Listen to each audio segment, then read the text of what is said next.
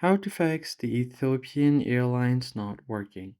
Hey guys, in this video we're going to see how you can easily fix the Ethiopian Airlines app not working. First thing you do is open up the application and see if you're able to log into the app.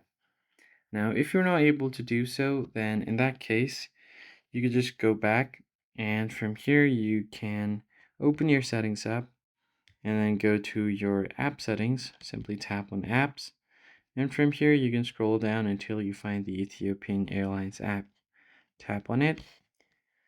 And once on this page, you can tap on set as default. And if there are any defaults set to the app, you could just go ahead and clear those defaults. Then go to permissions. Make sure all of these permissions are allowed, like your camera, location, and microphone access are allowed. Then go to storage and try to clear cache. You could also try to clear data as well, but it's going to completely delete off the data from the application, including videos, files, audio, and more.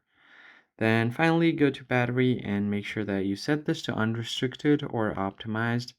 Then you can just go back, and from here you can just go ahead and restart your device. Once you restart it, your app should start running normally. And in some cases, it might be the airline's server's fault as well, because sometimes if their servers are down, then your app won't work. In that case, it's best to check their official site for any kind of reports that indicates that their server are down. So that's basically it, guys. If this tutorial was helpful, hit the like button down below and subscribe, and I'll catch you guys on the next one.